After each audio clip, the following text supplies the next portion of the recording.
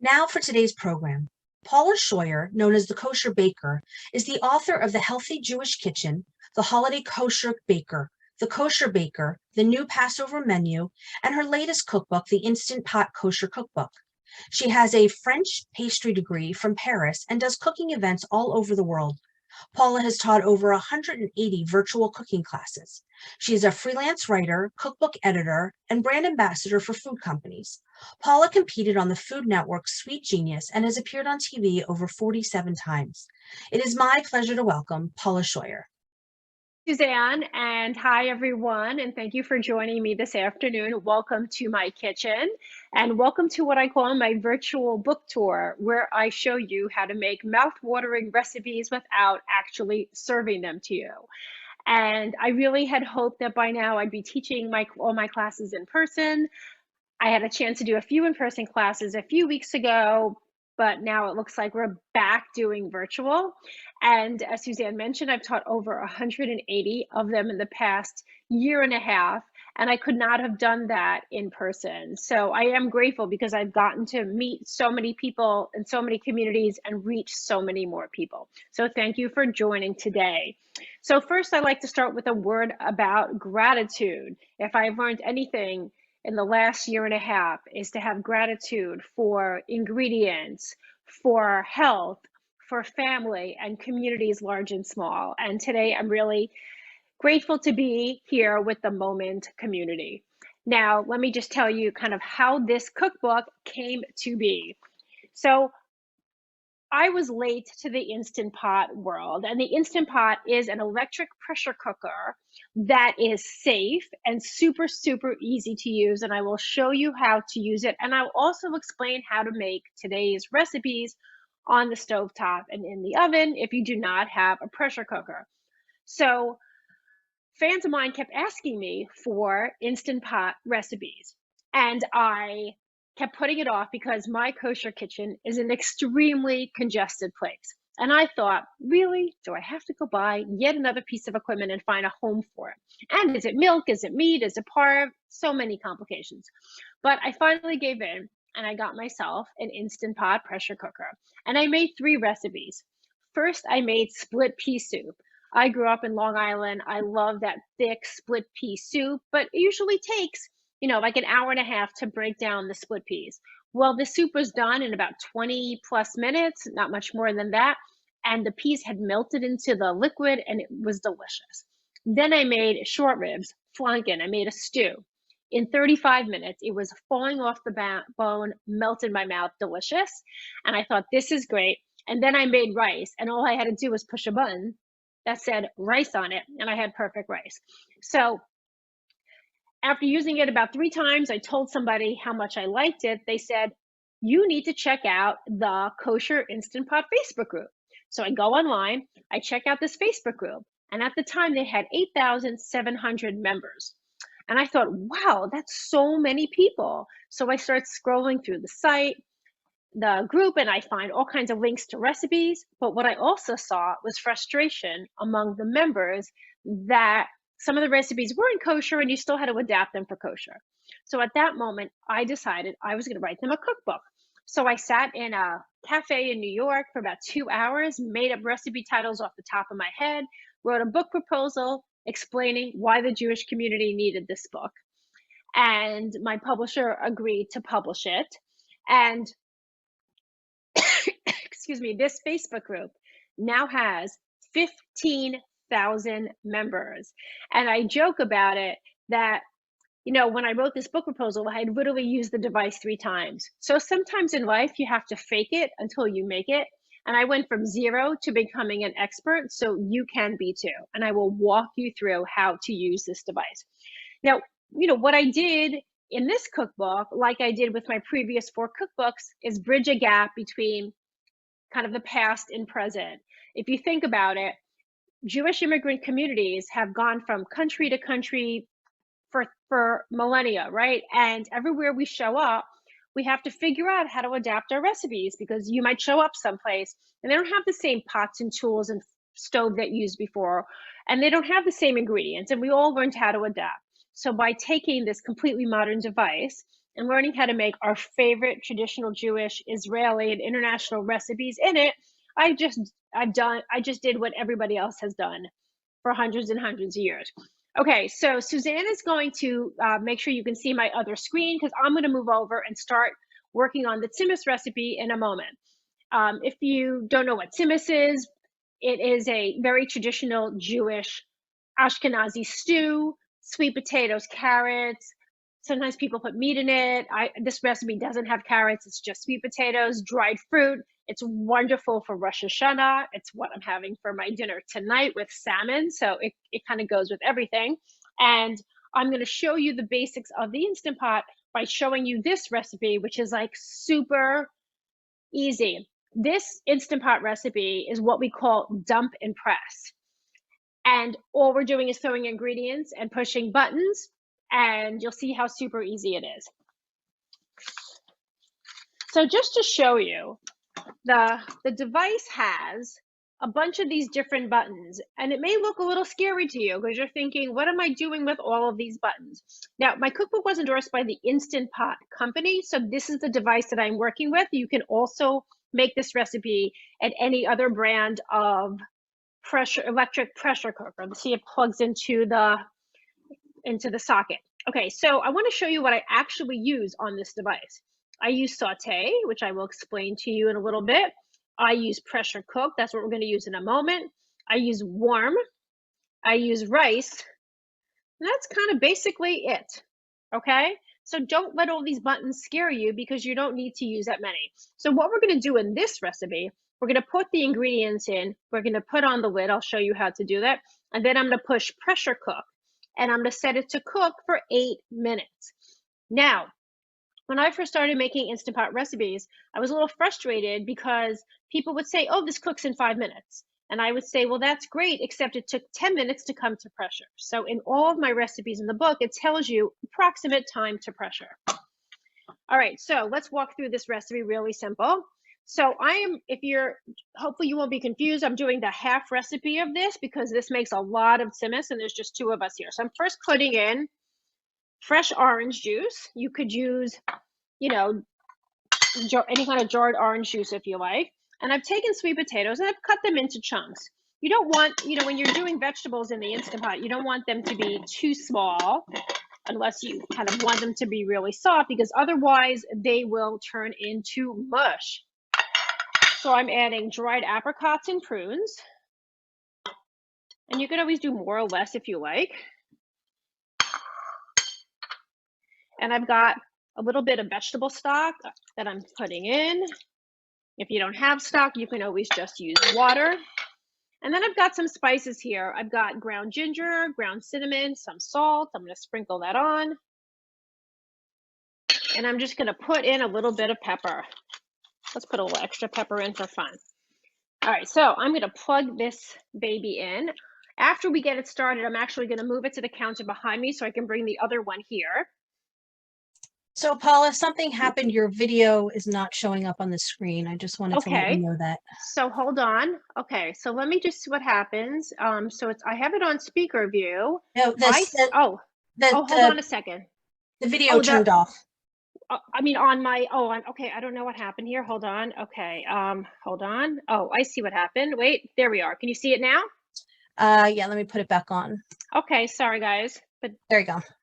There we go. Okay, fine. So now you can just see in the pot. I'll tilt it over here so you can see. I have all the ingredients for this recipe in here. Now, if I was going to make this on the stovetop, I would just put it in a medium saucepan, bring it to a boil, put it down to a simmer, cover it, and I usually like to cook my tzimmes in the stovetop for about 15 minutes, and then I put it into a baking pan for 350 for another 40 minutes because I like the sweet potatoes to get a little brown. So I'm going to take this cover, and you need to lock it. So I'll move this so that you can see it. So there's a little knob here. It's like a steam release handle, and it has 2 settings, venting and sealing. So, and just so I can show you this here, you see this little button where my finger is right now? There's a silver button that when it comes to pressure, it's going to come up, and when the pressure is released, it'll come down. So I'm going to turn this to the sealing position, and let me make sure everything's all plugged in. Okay. So now is the part where we're going to cook. I'm just going to push pressure cook. And I'm going to go, you see there's a plus and minus buttons here. And I'm going to put this to 8 minutes. And then it's just going to start. My other model, I have to press start on. In a second, this is going to say on. And then it's going to slowly come to pressure. All right. I'm going to move it behind me and do the same thing again so that I'll be able to show you the other recipe right in front of you. All right, 8 minutes. Make sure that button is sealed, and I'm back over here. Okay, so, and tzimmes is great because, you know, it's one of those side dishes that really holds up, which means you can make it 2-3 days in advance to the holiday, and it'll keep tasting better as you go. All right, I'm just bringing over my ingredients for my beet and quinoa salad. So what I discovered with this book is that the Instant Pot is just so great for so many traditional Jewish foods, because think about it, in our tradition, we love soups and stews, and that's the sweet spot of this device because it cooks the soups and stews so much more quickly. Now, if I was cooking this on the stovetop, I would bring it to a boil, then I would turn it down. I have to keep an eye on it, right? I don't want it to boil too much. When I'm cooking in the Instant Pot, I can now walk away and it will just cook. I don't have to keep checking on it. So that's what makes it so wonderful to use. So once you have your food in it, you can take a walk, you can go exercise, you can hang out with your mom or your kid or your friend and play some mahjong, and it'll cook. When it's done cooking, so we set it for 8 minutes. And when it comes to, it's going to come to pressure. Once it comes to pressure, it will beep, and then it starts counting down. So the panel will be like 8 minutes, then 7, and down to 0. What's really cool about it is the second it goes to 0, it automatically goes to warm. So if I'm making chicken soup, for example, after it has cooked for its 45 minutes, it'll switch to warm, and I can leave it there for a while safely. I would not leave something on the stovetop in my house and walk out, but I will do that with the Instant Pot, which is really, you know, one of the great featers of it. Now this one is Paula. Somebody would like to know if they use meat. Would you put in it? Would you cook it longer?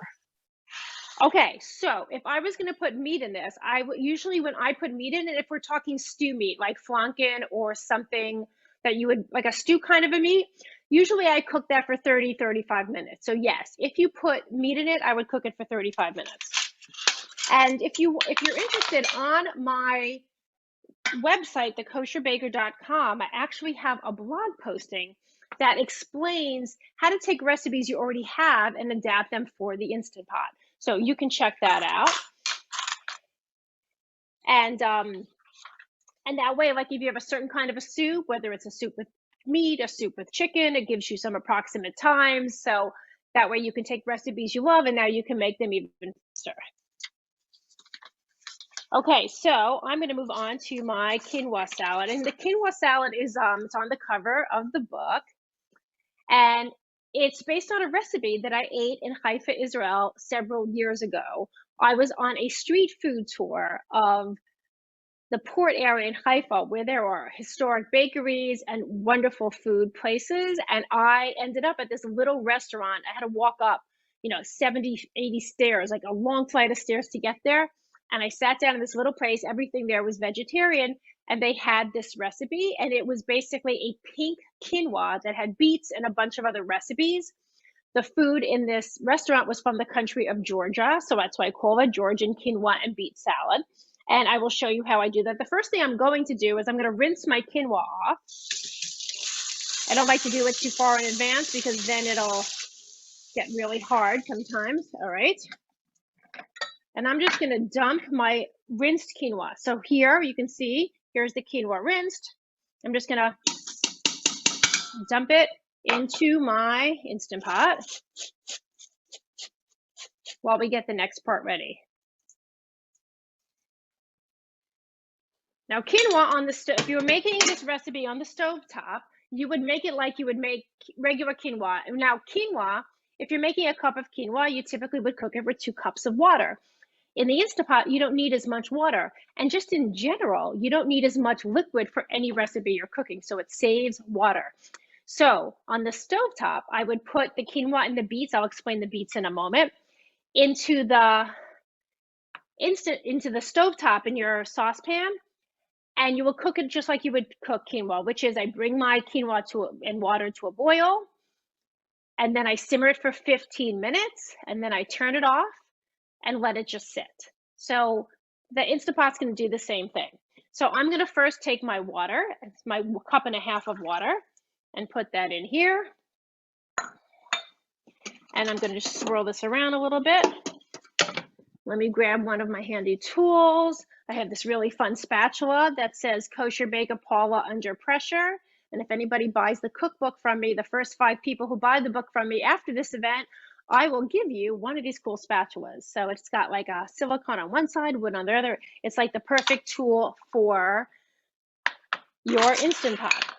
Now, what's cool about this recipe is that the quinoa and beets are going to cook at the same time. So I'm putting on gloves so I can show you how we cut up the beets. I cut up a few of them already. So let me move this over so you can see more closely. All right, you can see my counter. Yes. All right. So, and I have made this with carrots. A couple of people had complained that they don't like beets, so I tried the recipe with carrots as well. So I'm basically cutting this is a peeled medium beet, and I'm going to cut it into slices that are about 1/4 inch. You just do your best.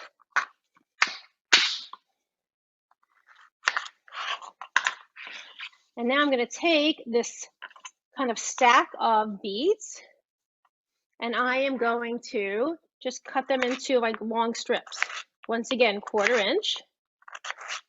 Try whenever you're cutting anything, make sure to curl your fingers underneath so that your knife would only hit your knuckles and no other part of your fingers. All right, so now I've got these long sticks. I'm going to turn these sideways and cut these into tiny little cubes. So the genius of this recipe is that it's going to cook the quinoa and beets at the same time. Paula, if you make it with carrots, are the measurements the same? Well, if I was going to do carrots, I would probably do 2 large carrots, but I would use the same amount of quinoa. This makes a pretty generous servings. It says 6 to 8 on the recipe. If any of the pieces are too big, okay, we're good. All right, so I'm going to put this into my pot. This is probably one of my favorite recipes in the book because it is so pretty. And what's great about it is that it is a side dish for fish, chicken, meat, eggs. It is a vegan main course as well. So if you have anybody coming to your table who is a vegetarian or a vegan for the holiday, you could make this recipe. All right, I'm just stirring this up a little bit. Does it work with canned beets? I haven't made it with canned beets, but somebody could try. I mean, I don't want them to be super, super soft, but I imagine you would still get the color from it. So if anybody tries it with canned beets, please let me know. I have a great brisket recipe in this, and you're probably wondering, how does a brisket fit into an Instant Pot? And I will tell you, you cut it into pieces and then you stack them on top, but it comes out really moist. Okay, so once again, I'm putting my lid on. This is my 8-quart, and I lock it. Now this one doesn't have a knob to switch to turn to sealing. It automatically does. Now, this is what's crazy about this recipe. I'm going to set it to cook for 0 minutes, okay? On this model, let me move this back a little bit. I have to turn it up. Hold on. Nope, I have to go back up to pressure cook. It's fancier. Push pressure cook, push time, and I'm setting it to 0 minutes. And I push start. So what's interesting about this is in the time it takes to come to pressure, which is about 8 to 9 minutes, it will cook this. So it doesn't really need any actual cooking time. And what I love about this recipe is while this is cooking, I can get all the other ingredients ready to put into my cooked quinoa. And I will go ahead and get all those out for you.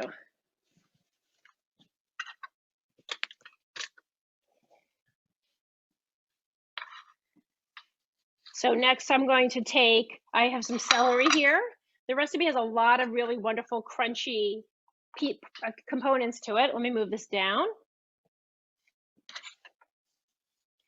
And whenever I'm using the Instant Pot, I make sure not to have it under, I have these shelves here, make sure not to put them under the shelves, because when we take the steam out, we don't want to put all that moisture on the wood. All right, so we're going to cut our celery into about 1/4-inch pieces. And to do that, I would and this recipe, like most quinoa recipes, is pretty much a blank canvas. So I've added cannellini beans to this, or chickpeas. I have added avocado to this recipe, hard-boiled egg, canned tuna. So there's so many things you can do. Now, I'm all about efficiency in the kitchen because, you know, I don't want to do any more work than I have to. So I'm going to cut all my celery at the same time. And you see how I've anchored the tip of the knife on the cutting board? And I'm just it's almost like a little mini guillotine. It's a really safe way to chop. It cuts things evenly, and it's less effort than going back and forth. So if anybody has, you know, any aches and pains in their hands, learning how to cut this way. This is also a great way to teach somebody to cook because of the stability of the knife. I'm going to go ahead and grab my serving bowl, and I will be putting all these ingredients into my large serving bowl.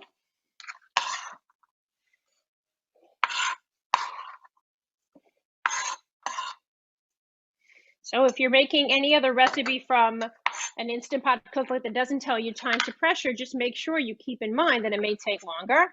So I've got a bunch of green onions here, kind of light green actually. And typically when I would cut green onions, I cut them into circles this way. But sometimes I just want to mix up the sizes of things. Like if you're doing a dessert buffet for a holiday, most people would cut their brownies into squares. But if everything else on your buffet is square, why not cut the brownies into triangles? So I'm going to cut these green onions kind of on an angle. So they're like more like ovals than they are. And whenever you're cutting, you know, kind of onions to put into a salad, you want to cut as thinly as possible without making yourselves crazy. When I teach classes, people will often say to me, how thin is thin enough? And my answer is always, when you're, you know, when you're getting really annoyed with the chopping, it's thin enough. So last summer, I started teaching cooking and baking camps to teenagers who couldn't go away to, you know, Jewish sleepaway camps last summer. So I had a really great time meeting all these wonderful kids. And then it morphed into after school cooking classes where kids would basically cook dinner for their families with me after school. Okay, so some of these onions are kind of big. The bulbs are kind of, if you're ever chopping anything and then you look at your onions or your garlic and whatever you're putting in and it looks too big, take your hand like this, put it on top of the knife and just kind of roughly chop. And this is how I have taught literally 5-year-olds how to chop. Their hand is nowhere near the blade. And if you get distracted, you will not hurt yourself. So, and this is going to be, you know, a room temperature salad. So you may not want large pieces of onions in it. And whenever you're making any kind of a salad, always think about how you like to eat things. I don't like giant pieces of cabbage, right? So when I'm making a cabbage salad and kind of a coleslaw, my favorite coleslaw is in my Healthy Jewish Kitchen cookbook. It's got mango instead of mayonnaise. It has mango in the dressing. And the last fresh thing I'm going to add here is Italian parsley. And you'll notice I do have some of the stems here. You know, during that early part of the pandemic, 1.5 years ago, I couldn't get all the ingredients I wanted, so I started learning better ways to preserve them. I kept all of my herbs in a planter in my fridge with the stems in water, like flowers, and I would change the water every 2 days, and it extended the life of all my herbs, my dill and my parsley and my cilantro. And I just started using all parts of things. So the rule in our house was zest before you juice. You have to zest all the lemons and limes and oranges before you squeeze the juice, so you get 2 uses out of the same thing. So all I'm going to do here is I'm really going to roughly chop these. Now this recipe also has walnuts in it, but I will leave that up to you. If you want to add nuts, And if you don't have walnuts, you could add almonds. And I'm not toasting them for this recipe. I probably could use a bigger. These are like the biggest. Look at these parsley leaves. They're like absolutely massive. But they smell really good. So I know they're going to be good. So this is a great way to chop roughly. So this is still coming to pressure. Let's check on the other one. The other one already came to pressure and it's down to 3 minutes. So that one will be done a lot faster. And always make sure before you chop your herbs that they are dried well so that they don't get too mushy. All right, I'm going to throw these in here. And now I've got, that's a little too big. You put basil in as well. And this is a really good recipe for a barbecue. So keep that in mind. If you're grilling anything or buying any kind of barbecued meats, it's a really nice thing to use for that. Okay, so now we've got all of our ingredients here. We're going to be adding lemon juice and salt and pepper and olive oil later. So I will have all those ingredients ready to go. And then the last ingredient is walnuts. Now for the recipe, it says to roughly chop them. I did something kind of fun. I put them in a little bag and I took out a measuring cup and I banged them in the bag, which was like almost less effort than using a knife. You could use the bottom of a saucepan. So I've got my walnuts ready to go. I'm not going to add my nuts till later. And this is just a really good tip. If you have any recipe that has a nut garnish, you want to add it at the last minute so it stays crunchy, because that's the whole point of adding your nuts to the recipe. All right, I've got my pepper here ready to go. So once this comes to pressure, it's going to start counting up on warm. And I'm going to explain what there's two ways to release the pressure in the Instant Pot. The way number one is a quick release. And way number two, and the quick release is what we're going to do on the tzimmes. So as soon as it beeps and it's finished its cooking time, I'm going to turn that sealing, the steam release handle, to venting. And you're going to see like a big tower of smoke come up. I will do that carefully, but I will show it to you. And I will let that happen until the steam stops coming out and that silver pin, which came up, goes back down. And once it does, it's safe to open up the top. The other way to release pressure in a pressure cooker is called a natural release. That means once your cooking time is complete, instead of turning the knob to venting and taking the pressure out, you just let it sit and it will naturally release pressure. So for the quinoa recipe, we're going to do a natural release for about 10 minutes and just kind of let it steam a little bit more. I use natural release if I'm cooking beans, rice, or pasta. It just lets everything steam a little bit more. I finish cooking very gently. Okay, so while this is cooking, we're gonna talk some more. Paula, real quick, yes. For the salad, if somebody cannot use nuts because of allergies, is there something else crunchy you suggest? Anything they like. Let's say if they could have sunflower seeds, I would put sunflower seeds into it. If you it really depends on what you can eat, and if there are no nuts you can eat, then don't worry about it. Then you can just leave it out. There's so much crunch in there from the celery and from the green onions that if you don't have the nuts, it's fine. The recipe actually has a lot of nuts in it, but you're fine without it, and you're also fine to reduce the nuts too. So that is not a deal breaker for sure. I'm just checking both of my machines. Okay, so this machine here, this is the one with the quinoa, it's already on 0. So now it's going to count up, and I'm going to let it count up for 10 minutes before we take it out of the pot. And my first pot is done cooking. Okay, can you guys see? I don't know if you can see this here. I'm going to turn this screen down so you can see this. Here, I'll even move it over a little bit. It actually says L001. The L means that it's already on warm and it's counting up. Okay, so I'm going to release the pressure here. I'm just going to turn this so it's nowhere near my cabinets. Always use some kind of a tool, a dish towel, or a, why is this? Okay, it's fine. All right, I'm just going to turn this to venting. Let me just make sure it's not going to come on the counters. All right, can you guys see that? Here, I'll turn it. kind of hard to see, but you maybe can hear it. Can you hear the steam? So now the steam is coming out of here. And we're going to do that until the pin drops. And that's how I know it's the release is safe. Okay, so all of my Instant Pots are doing their thing. And what's great about the quinoa recipe is that you can make it in the morning, mix it up, and serve it in the evening. And it definitely does well. It lasts at least like 2-3 days. I like making this for lunch. So if on Rosh Hashanah, I have like heavy meals at night, but I want a lighter meal for my lunches, I'll probably make this and serve it with maybe like a roasted salmon as just kind of a lighter meal. It's just, you'll see the color when it's done. It's just so, so pretty. Okay, so the next thing I want to talk about is a little bit about kind of my personal food story.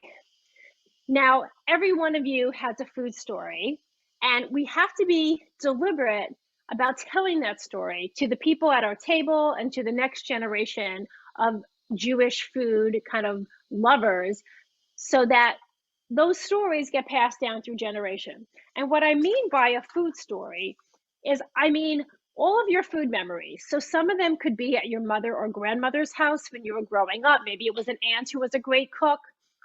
It could be memories of cooking for friends when you were in high school, college, recently married, recently divorced, foods you fed your children, foods you ate at certain celebrations in your family's life, but also places we've traveled to, restaurants we've been to. We collect all of those food memories, and that becomes a part of us. Now, this is my food story. Let me just check on this here. I can let it sit a minute. It's fine. Okay. So my story goes back to my grandmother's kitchen in Brooklyn. And I would sit at the counter in her pink and yellow kitchen, 1970s, and I would watch her measure cake ingredients with her hands. Now, it was really wonderful watching Grandma bake because my own mother was not a baker. She put a homemade meal on the table every night after working full time, which of course I didn't appreciate until I was a mom myself. But my mother only baked on Passover with those Manischewitz cake mixes. So it was a really big deal to watch Grandma bake from scratch. And I always loved to bake and cook my whole life, but I never imagined that it was an actual career. I grew up in Long Island in a town called Long Beach on the South Shore. If there's anybody here from near there, please let me know. And in those days, the 70s, early 80s, we were pushed to become doctors and lawyers, accountants and teachers and social workers. Nobody asked me what my passion was. And even if they had, I wasn't sure I would have said food, right? I just wasn't thinking of it as a career. So I went to college. Oh, hi, Margie from Merrick. I know Merrick very, very well. So I went to college pre-med, ended up in law school after a really bad day in the chemistry lab. Just realized at that moment that I was destined for something other than medicine. And I came down to Washington, D.C. from, oh my God, Sandy is from Island Park. So Island Park is just over the bridge from Long Beach, and it's an area that I know very well. So, oh, this is so great. Oh my God, I'm getting so many messages from people who know my hometown. This is so exciting. All right, so I will continue with my Long Beach story. So I ended up in law school in Washington, D.C., and then I was working for a law firm for 4 years, and my husband was working for the U.S. government, and they sent us over to Geneva, Switzerland to be diplomats for 4 years. While I was there, I had a job with a Jewish organization. I was a speechwriter for a group called UN Watch that dealt with the treatment of Israel at the UN, and I was there for 2 years. Then after my daughter Emily was born, I decided to leave because my boss, he didn't quite understand the whole working mom concept that sometimes I actually had to be home. Anyway, I decided to go to cooking school in Paris just for fun. I was not planning on a new career. I just thought I would learn how to eat well. I brought my new baby Emily with me to Paris. We stayed at my friend's apartment.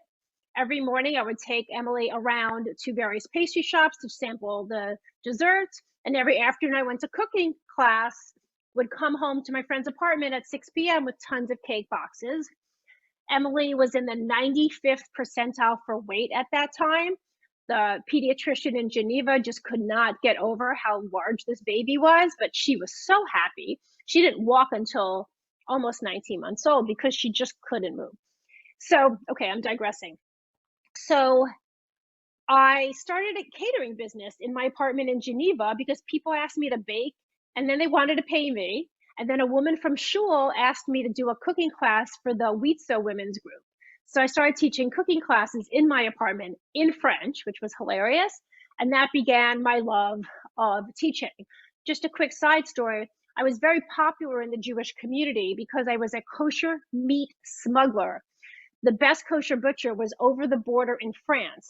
If anyone in the community spotted me at the French butcher shop, they would ask me to bring meat across the border because Switzerland limits the amount of meat you can bring from outside into the country.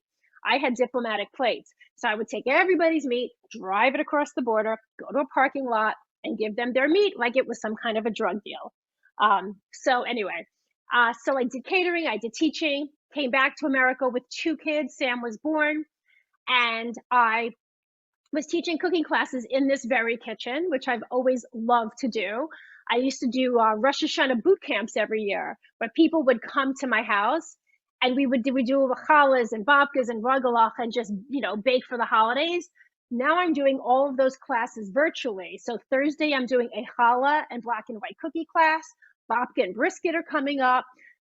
Suzanne will send the link out to you if you want to sign up for any of my other virtual classes where you can just cook for the holidays and stuff it in the freezer. So I taught cooking classes here, and then famous cookbook author Susie Fishbein asked me to edit 2 of her cookbooks. And I thought, I want to write a cookbook. I had all these recipes from my cooking school in Paris, converted them into par dairy-free recipes. Took 5 years to get the Kosher Baker out in the world because every publisher told me there was no market for a kosher baking cookbook.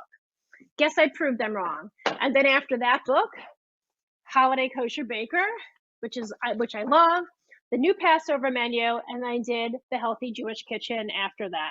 So, all right, I've got 2 minutes. I'm going to finish one part of the story. So 35 years after I sat in Grandma's kitchen in Brooklyn, I get an email from a synagogue, asking me if I would teach a cooking class in their rabbi's house. So by then, I was doing cooking classes all around the world, all word of mouth. And I call this woman up and I say to her, are you asking me to teach a cooking class at 3844 Lime Avenue in Seagate, Brooklyn? And she says to me, how do you know the address of our rabbi's house in Brooklyn? So I tell her that was my grandparents' house. And I taught a cooking class in the same kitchen where I learned to bake with Grandma. They had redecorated, much more tastefully. And my mother, my aunt, my father, my daughter were all there with me. And I thought I'd be really overwhelmed because my grandmother was already gone by then. She had lived to age 98 on a steady diet of sponge cake and sanka. And I thought I'd be overwhelmed because I missed her. But when I stood there to teach that class, I knew that that's where I was meant to be. And this is what I'm meant to be doing. Every cookbook, even the Instant Pot book, has recipes inspired by Grandma. I think I have her stuffed cabbage in this book. I also have her stuffed cabbage in this book, which is made with brown rice and turkey and less sugar and much healthier. So I keep Grandma with me always. So, all right, we're going to get back to our recipes. And if there's any other questions, let me know. Yeah, Paula, quite a few people would like to know. Let's put you back on the screen. Quite a few people would like to know what is the difference between an Instant Pot and a crock pot? And can you make a tzimmes in a crock pot? You could definitely make a tzimmes in a crock pot. A crock pot, the only things I've ever made in a crock pot is basically cholent. And just quickly, I make cholent in the Instant Pot. I fully cook it before Shabbat, and then I put it on the slow cook feature to stay warm for lunch the next day. Don't ever use the slow cook feature on an Instant Pot. It doesn't work very well, but get out your crock pot. Now, a crock pot cooks slowly, okay? So you're going to put something in a crock pot that you would cook all day. The Instant Pot is the opposite. The Instant Pot is super fast. So like if you were going to make like a chili with beef and whatever, you could put it up in the morning and it'll be done by 5. But you could also, if you walked in your house at 5 o'clock, you prepped your stuff quickly, you can get all your chili ingredients in your Instant Pot by about 5:20. By 5:30, it's come to pressure, and by 6:15, 6:30, you have your dinner. So that's what's really nice about it. I think it's so great for people who are working. I have 4 children between the ages of, thanks, Glenda, between the ages of 21 and 26. They all have Instant Pots. They use them all the time because they'll come home between classes. If the ones in college will just make food, my daughter who works will walk in the house, at 5:30, 6 o'clock, and she'll throw her rice and water in, push rice button, and then make the rest of her dinner. Or my son in Colorado, he's almost 25. He takes frozen chicken or frozen meat from the freezer, throws it in the pot, dumps in some liquid, bunch of spices, whatever vegetables he has, and he pushes pressure cook for like 40 minutes. Yes, he's always surprised. He's never been a rule follower. So he looks at, Instant Pot cooking as something kind of free and easy. But my kids love it. And I think one of the reasons they like it so much is that it takes the place of so many other pots and pans. So your crock pot will cook food slowly. You can make soup in it and stews in it and all that. But your Instant Pot, I don't make soup on the stove top anymore because it comes out so much better with more flavor in my Instant Pot. I make rice in it. You don't have to, I make pasta Bolognese in the Instant Pot. I saute my onions, my meat with wine, and I take spaghetti and I wet the spaghetti and I break it into pieces and throw it in the pot. I dump in sauce, I dump in water, and I push my buttons. When it's done, I mix it together. There's no colander, there's no separate pot for the sauce and separate pot for the pasta. I have to wash one thing. I absolutely hate washing dishes, so I love the fact that I just have one thing to wash. Now I'm bringing over my tzimmes, so I'm going to come here, just make sure that here, let me see if I can show this to you here. One quick question, okay. Paula, one quick question. Someone wants to know, can you do matzo ball soup in the Instant Pot? Yes, and I'm actually just today, I'm going to do a class on September 2nd in the evening making matzo ball soup in the Instant Pot. I love making chicken soup in the Instant Pot because I just let it sit there for like a couple of hours if I want to, but I don't even have to. The color of the soup is so rich. And then I strain it. I put the soup back in the pot and then I mix up my matzo balls. And the recipe in the book has fresh herbs in the matzo balls. I'm just showing everybody, I'm just taking the lid off of the tzimmes. And if you ever make something in the Instant Pot and it's not fully cooked for whatever reason, this is perfect. I think I left it in a little bit longer, but my tzimmes is done. Okay, everything is soft. And I'm just gonna literally dump this into a bowl here. I just wanna take out the pressure from the other one. Okay, good. Okay, other thing, be careful because the inner pot is gonna be hot. So let me get something to put it on. I'll put it on top of this. So just be careful. The inner pot is definitely hot. The outside stays, reasonably cool. And I'll move this out of the way. So I have these are my meat Instant Pots. I have 2 meat ones and I have a dairy one. I make rice pudding in the dairy one, my grandmother's recipe. I'm gonna stir this up just gently. I lost my spatula. Here we go. So I'm just gonna mix up my tzimmes ingredients. You can see that here, just gently. And there's just a little bit of liquid here. Yeah, I think I let it cook a little bit too long, but that's not bad. It's gonna be delicious anyway. So I'm just gonna pour this in. And then will you also explain how to do this on the stovetop? Yes. So to my tzimmes recipe, okay, so I'm not going to stir this too much because it's getting a little soft, but there you go. I've got my apricots and my prunes are nice and soft. Or my apricots, they're pretty in here. There we go. So yeah, so here we go. I have my tzimmes is done. I'm going to put this over here for now. So if I was going to make this on the stovetop, and my tzimmes recipe is in my new Passover menu cookbook, which I cook from all the time. It's basically, I'm just going to take this one out as well. It's basically all the food I make for Shabbat for my family, but I packaged it in a Passover cookbook. Now, in that recipe, I cook the tzimmes on the stovetop for about 15 minutes, and I put it into a baking pan and I cook it for another like 40 minutes or so. I will pull up that recipe for you guys just to be sure. But if anybody wants to message me, I could send them that recipe. It's almost the same ingredients. Hold on, I'm just looking for my tzimmes recipe. This cookbook is falling apart because this is like one of the ones I use all the time. Can you make tzimmes and freeze it? I have not done that, okay? I freeze soups all the time. I freeze stews, but I think this would. I just think the sweet potatoes are going to get a little softer than you want them to be. But you could try. Maybe I'll freeze a little bit of it, and I'll let you guys know. I freeze a lot of things. I can't find my tzimmes recipe. Where is my tzimmes recipe? Oh, here's tzimmes. Here we go. Here we go. Here we go. Okay, so I would cook it for about 15 minutes, and it says you have to stir it often, which is something you don't have to do here. And then I transfer the tzimmes to a baking dish, and I bake it in the oven at 400 for about 30 minutes. And then I just cook it for as long as it takes for it to brown. Someone would like to know the difference between tzimmes and compote. Aha. Okay, so tzimmes, and you know the word tzimmes means like a fuss.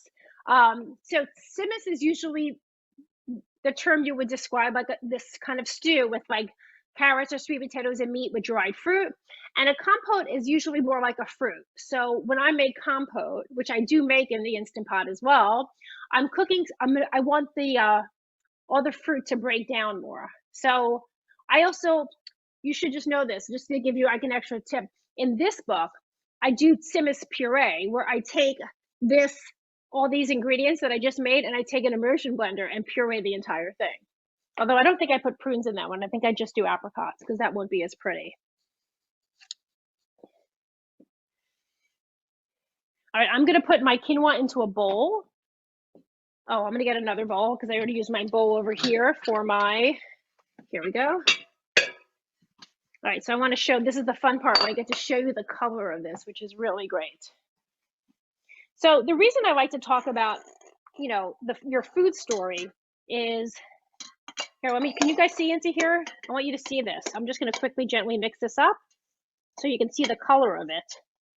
It'll look really nice when I put it in. So now I'm just going to put it into a bowl so that it kind of cools off just a little bit.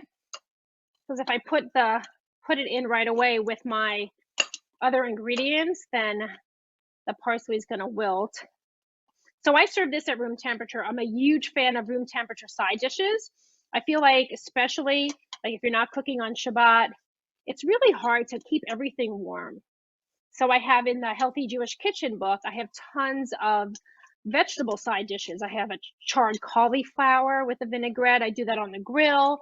I have a broccoli recipe that's room temperature because honestly, I just don't want to have to warm everything up. All right, so I've got this here and I'm just going to press this against the sides of the bowl and let this kind of cool off for a couple of minutes. Normally I would let this sit for about another 10 minutes or so. So in theory, like you could do this in the morning, but I'm just going to let this sit for now. I'm very excited because this will be my dinner tonight. So I'm going to let that sit for a minute and see if anybody else has any other questions. And then I'm going to add all my other ingredients to it. Sure. Some people would like to know, is there a particular brand or feature in an Instant Pot that you recommend? Okay, so my workhorse or my 6 quarts, that big one that I cooked the quinoa in was an 8 quart. So I typically do a 6 quart. And if anybody is interested in buying an Instant Pot, I do have a discount code from the company for my events. I think it's still active. They gave it to me a few months ago. So message me. You'll get all my information from Suzanne. You can always find me through the kosherbaker.com. But she will send you that information and I can give you that code if you want to buy one. What was the question again? I forgot the question. When you're looking for an Instant Pot, do they have different features? Right. So I like my 6 quart. They now make an air fryer lid. I don't have that. I have a separate air fryer.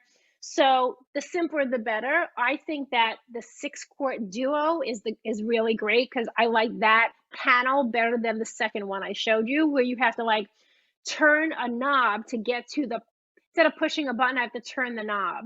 Amazon Prime often has great sales on the Instant Pot. So you should keep an eye out for that as well. But I just, and it's so interesting because, you know, I was explaining how great it is for kids in their 20s, the kids in college, because it replaces so many pots and pans. Anybody with a small kitchen kind of wants this because it does so many things.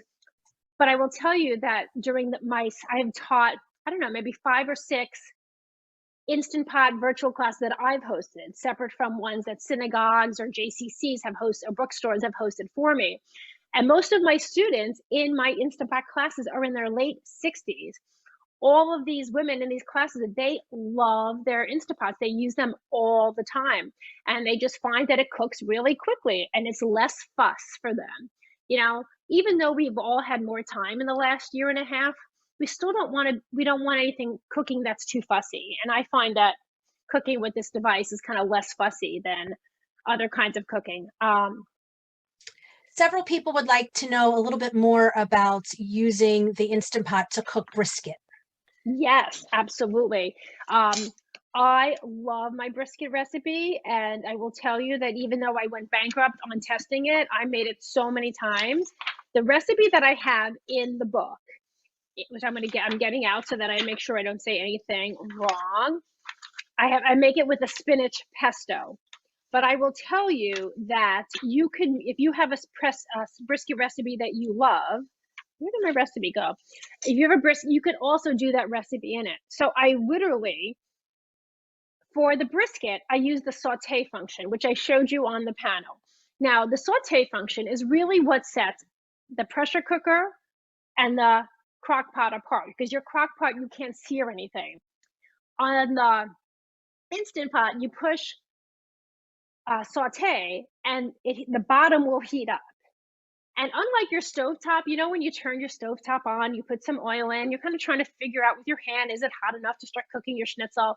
The Instant Pot says hot on the display when it's hot enough.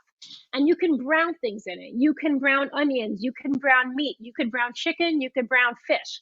So you can use it like you would a regular saucepan, just like if you would sear something. So I brown my brisket first, and then I'll take it out and I'll do it in kind of pieces about this big. And then once I brown my brisket, just like I would do it on the stovetop, I put whatever my sauce ingredients are going to be. So if you have a recipe that has onions and carrots or whatever, you could add that to the bottom. So any recipe you have. For many years, I made the Notch Waxman brisket from the New Basics cookbook, which had tons of onions and tomato paste. He passed away a few weeks ago, a great human being. He ran the Kitchen Arts and Letters cookbook bookshop in Manhattan, which has always been really good to me. Just so you guys know, I'm based in Chevy Chase, Maryland, just outside DC, almost like around the corner from Suzanne. But I, grew up in New York. You might be able to figure that out by now from my accent. I really thought I had gotten rid of my New York accent until the first time I was on television, and now I just own it. 47 TV appearances later, this is who I am. I talk with my hands, and I have this accent from New York. Okay, so brisket. My brisket recipe cooks for 70 minutes, okay? So after I browned it and I put my sauce ingredients in, I kind of layer my brisket. And this recipe this will be interesting to tell you, it has a half a cup of water, okay? So this whole sauce is like a pesto and a half a cup of water. So think about that. That's not a lot of liquid, but that's all you need. And then it cooks for 70 minutes. And then I'll let it sit for a few minutes before I open it up. And it gets really, really moist. So somebody's telling me that New York accent comes in loud and clear. Thank you. My Maryland children make fun of me all the time about it. Okay, any other questions? Yes. While we've been talking about all savory foods, we can't let you leave without letting us know what is some of your favorite high holiday desserts you like to make. Okay, so most importantly is obviously I'm going to be baking a ton of challah. So I'm doing a challah class Thursday challah and black and white cookies I'm making on Friday. Those will all go in the freezer. So, okay, desserts. Babka. Babka is probably like my signature dessert. I have an article coming out where I tested other people's babka recipes, basically had a battle of the babkas. It's going to be online in a couple of weeks. That was really hard work to bake 4 babkas in one day, but I did it, so the world will know. I still think my babka recipe is the best, which is in the Kosher Baker, and my holiday book has my babka bites. The idea behind the bites was that, oh, maybe I won't eat too much, but then I eat a whole bunch of the bites. I will always make rugelach, and I have to say, you heard it here, I'm not a huge honey cake person, okay? Shoot me. But I do have in this cookbook a honey cake. So you're thinking, okay, what are you talking about? Okay, here's my Instant Pot honey cake. So your Instant Pot comes with a steam rack. So any dessert that you could steam, in Japan and China, they steam cakes all the time. In my dairy one, I make, pot de creme and flan and cheesecake, little mini size ones, which are perfect. Like no one needs this much cheesecake. I will eat this much cheesecake, but mini size cakes are great. So basically I put batter into a pan, I put it on top of the steam rack, and I put water on the bottom, and then I close the top and the cake will steam. So honey cake and apple cake is another one. I have an upside down apple cake in the Kosher Baker that everyone loves, very popular cake in my synagogue community and beyond. And then in the holiday Kosher Baker, I have the easiest apple dessert ever. So I'm going to show it to you so you guys can see, like, okay, it's basically a 4-ingredient apple dessert. I call it an apple pizza tart, and it should be in here. Where to go? It's basically puff pastry with thin rows of apple, cinnamon, and sugar. So it's literally like the easiest. All right, the picture isn't so big, but basically the easiest thing in the world. So it's like almost like a big pizza. So it's like cinnamon, sugar, apples, puff, frozen puff pastry, and then some apricot jam on pat. Baked apples are always a good one. And also in my healthy book, I have spelt babka, I have whole grain rugelach. So I in that book, I basically kind of took the calories out of like all my favorite comfort foods. Well, And I think, yeah. I was gonna say, I have to say that I make your mini babkas every year for break fast, and they're very easy to make and they're delicious. So I highly recommend that. How are we doing? We need to wrap up soon. Okay, so let me finish up this recipe here. All right, so here I have let me just make sure I get the amounts correct. I'm going to put in some fresh lemon juice into this recipe. I think it's like a tablespoon of lemon juice. Yes, okay. So, and it's cooled off enough. So I'm going to put a tablespoon of fresh lemon juice. Now, you got to do what grandma used to do, like zest the lemons, wrap the zest up in plastic wrap. You could use the zest for something else, like any other recipe, like it could be in salad dressing, on chicken, and I keep my lemon juice in jars. Another big tip of the day, I keep my olive oil in a squirt bottle. You can order these squirt bottles on Amazon. I cut off the top so I have like a 1/4 inch top. I go through so much olive oil, so this makes it so much easier to measure. So I can just squeeze it out. So here I'm putting in my 3 tablespoons. I buy like, the Costco olive oil. And I'm going to put in my salt, pepper, and cumin. I'll mix those up first. Let me get some little extra pepper because why not? And I'm going to mix these up. And then I'm going to go ahead and mix it in with my other ingredients. You have to serve this in a white or a black bowl because otherwise, like, you miss out on the. All right, here's my other ingredients here. The reason I talk about, honoring your own food story is that, like, whenever you're planning meals, you should choose recipes that tell your own food story. So just like in the past, we used to have, old people and young people at the table, and hopefully this year some people can. You should have old recipes and young recipes at the table. And what I mean by that, or like recipes that tell your personal food story. Something that and you should share, even if there's nobody at the table but you can enjoy that wonderful memory at the table. I mean, I will never eat, I can never eat something chocolatey, and I have gluten-free brownies sitting on my counter, which I made for 2 friends who were recently in the hospital. And I can't eat any wonderful chocolate dessert without thinking about my mother. So bring a recipe to the table that reminds you of a special time and place or person in your life. And then try a new recipe from me or someone else and start some new traditions. So I'll probably be eating this shortly. So I'm going to mix in my walnuts now. And it's very generous with the nuts. You know, you could decide you want to put in less. And I would always save some for later as well. But I've really had a lot of fun learning how to use this device. I actually make Indian stew and rice in the pot at the same time. I make the stew at the bottom, put in the steam rack, and then I put right on top of the cover. I put right on top of the steam rack. I have like a little pan with rice and water. So when I cook it, the rice and the stew cooks at the same time. So when I open the top, I have like a whole meal all ready to go. Here, I will put this on here just so you can see. So can you guys see how pretty this color is here?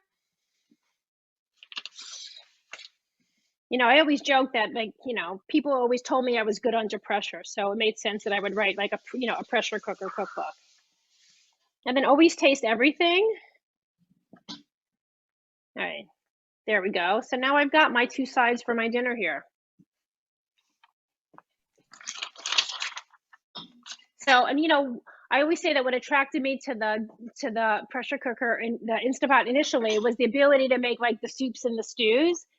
And I feel like if there was ever a time to eat comfort food, it's now. And one of the best things about this device is that it makes the kind of food that we can share. The kind of food you can pack them in a container and bring to a friend. It makes a lot of soup, so you can stick some in your freezer. And if you know somebody who's having a difficult week, has something to celebrate, had a baby, has a shiva, you can bring them food. So I feel like you can use this pressure cooker to like spread joy in the world and comfort other people, especially during this time for the last year and a half where we all feel like vegetables thrown into the Instant Pot on the saute setting. So hopefully soon we can all kind of have the cover taken off and we can all escape and kind of go back to just being together. Well, Paula, thank you so much for your time today. That was so much fun. I think you've convinced quite a few people to go out and buy an Instant Pot. Thanks for sharing the recipes and your stories. I wanted to let everybody know that we'll be sending a follow-up email that will include the recipes that Paula made today, along with links to her website and her books and everything else that she mentioned. And please remember to go to momentmag.com, and we will have more information there. And you can also sign up for our next Zoominar, which is in 2 weeks, about films about the Holocaust. Again, Paula, thank you so much. Thank you, everybody, for joining us. And look out for the email. It'll come from Moment Live. Bye, everybody. All right, Stay well. Shana Tova. Bye-bye. Shana Tova.